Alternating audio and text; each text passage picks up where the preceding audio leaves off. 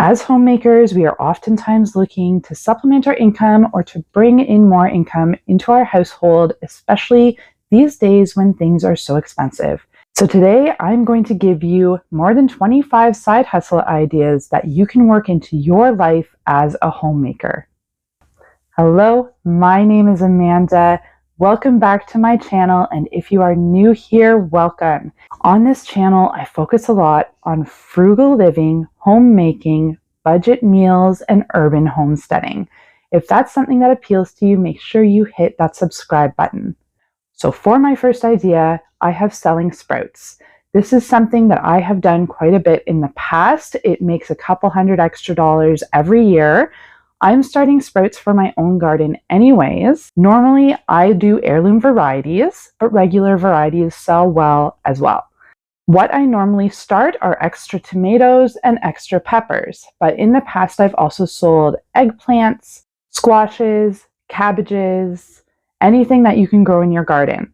A lot of people don't have the space or the time to start their own vegetable plants, so selling these plants when you have the space and the time can make you a little extra money in the spring when people are looking to plant their gardens. My next big one that I do is selling propagated plants. So I have a lot of grapes and a lot of elderberry. So I typically propagate those. I have a couple of different grape varieties, and in the spring, I will cut them and root them. And then I will also trim down my elderberry plants and root those and sell those as well. This brings in a couple $1,000s per spring, depending on how many plants you can do and what they sell for in your area. On this same vein is selling plant cutoffs. So if you have plants that grow more and more each year, like lilies, irises, hostas, you can cut these off, start their own plants. And then I find if I sell them for a little bit less than what the garden center is selling them for, they sell well because people, again, are not looking to spend a lot of money on these plants. So if they can find a cheaper version of the plant, that's what they'll go for. So I have sold a lot of these. I have also sold sea buckthorn, goji berries, and a few other plants that just happen to stick up suckers and grow in different areas. So you can just cut off those suckers, pot them, and sell them. Like I said, this brings in a couple $1,000s for me each year. Sticking in the gardening theme, you can sell cut flowers. I live in Mennonite area, and there are people selling cut flowers everywhere. If my husband's bringing me home cut flowers, he will typically stop at a roadside stand and pick up flowers from there instead of going to the store and getting flowers for twice the price. Because we just got a bouquet of flowers from the store and it was $20 and there wasn't a lot there, where he could buy a really beautiful bouquet of flowers for $10 from a garden stand. So if you have beautiful flowers, you have a talent for arranging, then selling cut flowers in your area might be the thing for you. If you have a vegetable garden and you find yourself in an abundance of vegetables, then having a little market stand where you sell vegetables could be very profitable. You could put a little stand at the end of your driveway and just have a little honesty box where people will stick their money in, and then you're selling your vegetables to your neighbors and your community. I've also had people just come in and pick some tomatoes in the past because I've been so overwhelmed with tomatoes. And especially if you have people in your community, like Italians in your community, I've had a lot of Italians show a lot of interest in coming in picking tomatoes because they are connoisseurs of a good tomato. And they make sure that they're doing their tomato sauce every year and they love it. So if you have extra vegetables, selling those extra vegetables could bring in a good profit. Selling baked goods. Now, this is one where you're going to want to look at the regulations of your area, but you could sell baked goods, especially if you are proficient in the kitchen. If you do wonderful baking, then you could possibly set up a stand, a food stand, and sell your baked goods. But again, look at the regulations in your area because I know this changes from space to space. Homemade soap. So again, this one may have regulations. I know here in Ontario, I believe you need to get a certain certificate to be able to sell any cosmetic product, but a lot of people still do it, so I don't think it's that hard to do. I myself have sold soap in the past to family and friends. But if you are good at soap making, which it's really not that hard to do, then this could be one that works for you as well. So in that same vein, you could also make homemade lip balm or any homemade product. I have done lip balm in the past. I have also done tallow balm and homemade salves.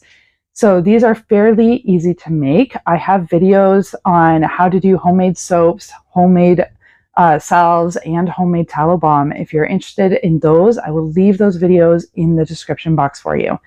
But again, any of these products, you're going to have to look at the regulations of the area where you live to make sure that you don't need extra certificates to be able to sell these products.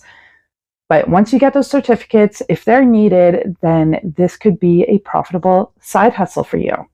So digital products. I know this area might be a little saturated now. A lot of people sell digital products. This could come in the form of checklists, of workbooks, of homeschool items, of anything you could think of anything that you think of. These are easily made and sold on Etsy, and some people make a killing doing this, even replacing their full-time job.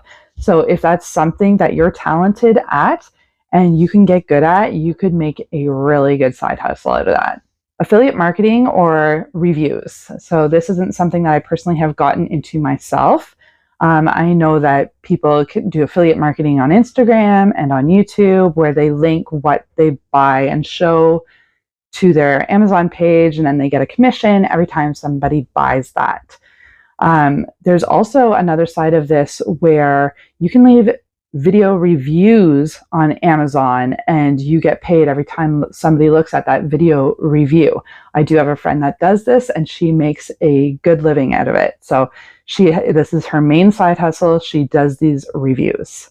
Then on the side, she also sells a course. So what she did was she bought the rights to a course that somebody else wrote, and now she sells that course because she bought all the rights to it.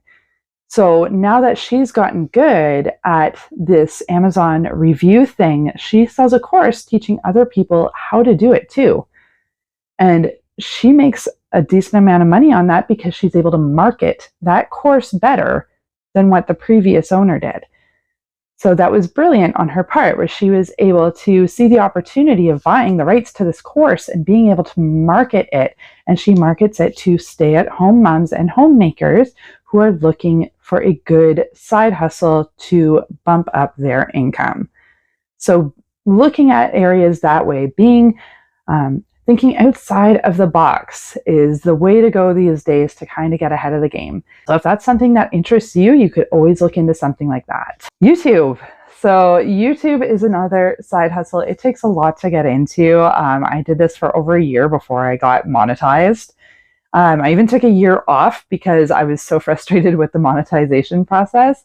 But now that I am monetized, it brings in a couple extra $100 per month. It's not a lot. I know the people on YouTube that do get paid more, it's because they get brand deals and stuff like that. So just money from YouTube it's not a lot, but it is something. It's a couple extra $100 a month. And if you get really good at it, maybe it's $1,000 extra dollars a month. So if that's something you're interested in, there's not a lot of startup to the YouTube channel. You can just use your phone, get a $20 microphone from Amazon, and you're good to go. You can start editing and posting the videos on YouTube. There's a lot of videos online on how to get started. So if that's something you're interested in, then it could be a good side hustle because you can literally work around your schedule. For me, I can do these videos when I am available to. So I work these around my schedule. If I need to take my kids somewhere, I'm not doing a video that day. I'll do it later in the afternoon or I'll do it the next day. You can work it around your schedule. So for a homemaker, this one is a really good side hustle. Babysitting. Now I know this one's kind of an old school one and isn't for everybody, especially if you're homeschooling your own kids, but some people take in an extra child or two during the day just to get a little extra income. Driving a bus. This, again, is another old school idea. A lot of mothers, when I was growing up, this was how they would get their kids to school and pick up their kids from school. And the kids would just ride on the bus with them as they were picking up and dropping off all the other kids. It was easy for them to do and brought in some extra income. You do have to get an extra license for driving that bus, but after that, you're good to go. An Etsy business. You can sell anything on Etsy. So if you are crafty and you have something that you think you can profit from selling, and again, this can be like rag rugs, this could be peg dolls, this could be any sort of craft, or digital product. You can sell digital products on Etsy as well. But opening an Etsy storefront and selling from there. There's people that go to different countries and get antique maps and then sell these antique maps for like a large amount of money. And it's just, and they get these at thrift stores in these different countries. Like, it's just, the opportunities these days are endless. So be creative and look into them. So the next one is one that I do, and it might be a little controversial for some, but again, you can make decent profit with this one, and it's breeding dogs. So I do purebred German short-haired pointers, and I have purebred mini schnauzers. I treat my dogs really well. They're part of our family, and I spoil them because I love my dogs. But we also breed our dogs, and these puppies get treated really well. It's biology class for my kids, and they bring in a decent profit. That breeding these dogs was what made it possible for me not to have a job anymore. I was able to stay home with my kids because I was able to do this. So if you are able to do this respectfully with a dog, then absolutely this could be an avenue for you. Another one is breeding cats. Now, I know of somebody who is breeding ragdoll cats, and between that and her breeding her dogs, she was making a full-time income. She was making over $60,000 a year. So by breeding cats or animals that are in demand, as long as you are treating them well and treating them respectfully, then this could be a good side hustle for you. If you are good with numbers, helping people with their taxes. I know accountants can be super expensive and people are struggling to do them on their own. If you're able to help people with their taxes, you can just charge a small fee and make that an extra income source for yourself. Being a tutor. There's a lot of kids that need a little extra help and parents are strapped for time. Then you could step in and be a tutor. And this doesn't have to be in person. This could be online as well. You can offer up your tutor services online and do Zoom calls with that child to help them with their math or their English. As a homeschool parent, if you homeschool your kids, this might be something that comes very naturally for you. Next is teaching English online. So there's a couple of different sites where you can do this. You do need a college education, or in Canada, it needs to be a university education to be able to do this. But you can teach English to students abroad, and this earns a decent income. You can also teach English as a second language. And again, this can be done all online, but this could be a profitable side hustle if you can work it into your schedule. Sell clutter. If you have extra clutter around your house, have a garage sale or sell it on Facebook Marketplace. I know for us, I'm constantly having excess things around the house that I can get rid of. And sometimes that's just in the form of clothes that my children have grown out of. I bought these clothes thrifted and now I'm going to sell them again. So it brings back the money to hopefully not having to clothe my children for much money. So we sell the clothes when we're all done with them, and same with anything that is outgrown. And then just extra clutter. You have double of something you could get rid of, you could sell it. And that can just bring in a little extra money each month. Reselling. So these are things where you buy things at garage sales or at thrift store where somebody else hasn't seen the value of what is being sold. So this could be a collector item or a brand name item, and it has been marked down really low, but you know that you can sell it for much higher. So if you get to know these things, you can go to garage sales or thrift stores, buy these things really cheaply, and then sell them at a higher cost and make a profit. Refinishing furniture. So this is something that I'm personally working on right now because when I do a side hustle, I like to work with my hands.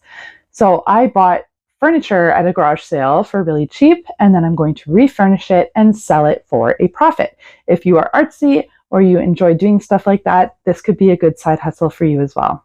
Painting houses. This was something that my parents did when I was a kid and my dad was out of a job. He had gotten laid off. My parents went around to houses, they brought us with them, and they were able to paint the inside of like any rooms that needed painting. So there was somebody selling a house and they need it repainted. So my parents went in and painted the whole house, and then they get paid for that. This can be done on weekends. So if that's something you're skilled at, it may be something that you want to look into because not everybody wants to paint their room and they will hire out for that. Next is cleaning houses. So again, a lot of people are time crunched and they're paying for people to come in and clean houses. If your kids are in school, you could possibly do this while they're in school. If you have little ones, you can always bring the little ones with you and just do a clean of the house and just do a couple houses for a little extra money. And that brings me to my last one, which is cleaning Airbnbs. This is one that, again, my one friend did. She went in, I believe it was every Monday they had her go in and clean out the Airbnbs, do a tidy, replenish and restock things. And she was able to bring her kids with her while she did that. So that was a decent side hustle for her as well. Well, I hope I was able to give you some different ideas on side hustles that could help you bring in a little extra income. What I find helps the most is being frugal and keeping the money that we make in the house instead of having it leave. And this is called non-monetary income, where you are able to supply the work at home instead of having the money go elsewhere. And this comes in the form of saving money on groceries, of producing your own food, of mending clothes, and any frugal living hack. If you are looking for any of these frugal living tips, I am going to add my playlist right here. Make sure you go take a look at that because I have a lot of ideas on how to save money around the house. I hope you guys are doing awesome, and I will see you all next time.